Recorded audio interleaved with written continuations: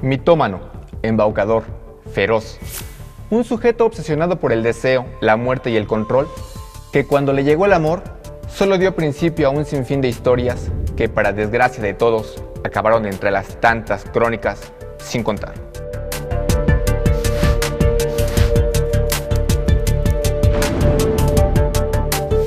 ...1998...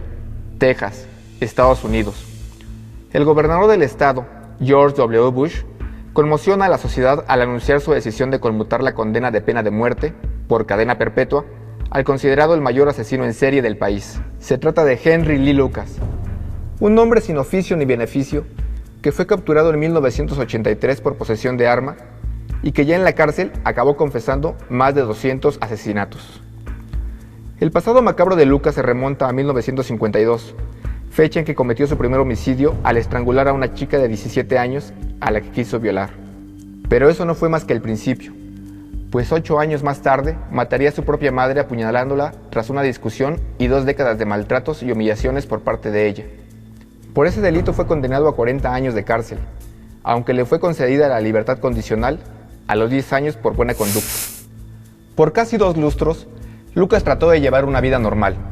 Si al convertir en un infierno la vida de su esposa y las 2 hijas de ella, puede ser considerado así. Para suerte de ellas, un día decidió marcharse sin rumbo fijo. Para desgracia del mundo, conocería a un demonio igual que él.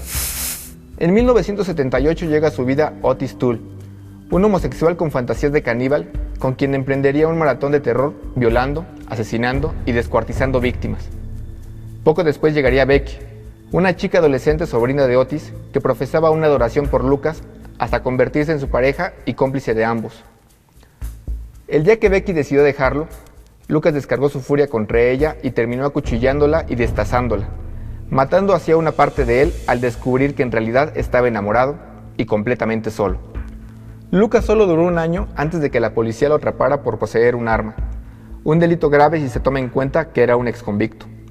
Ahí en prisión empezó a confesar tantos crímenes que al final fue condenado junto a Otis a la pena de muerte por 11 asesinatos comprobados. Pero la cosa no paró ahí, pues engatusó a los investigadores con historias que los hizo creer que por un lado los ayudaba a cerrar casos de asesinato como si él los hubiera cometido, mientras por otro se convirtió en una especie de asesor para la ciencia criminal. Lo que en realidad pasaba era que los agentes le proporcionaban expedientes de muertes con el fin de refrescarle la memoria, y él asimilaba los detalles para después hacer relatos donde él era el asesino. Y como todos le creían, hasta lo consentían con dosis de café ilimitado, cigarros, entre otras comodidades. En 1996, Otis Toole murió de cirrosis en prisión y no cumplió su cita con la inyección letal. Henry Lee Lucas lo siguió en 2001 al morir por un fallo cardíaco, justo cuando se había desdicho de muchas de sus confesiones, dejando así en ridículo a las autoridades que cerraron casos creyendo que él era el autor, mientras los asesinos reales aún andan sueltos.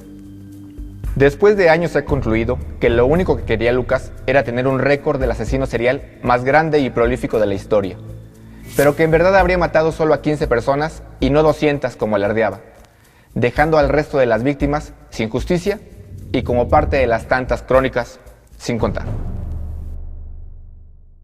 Yahoo!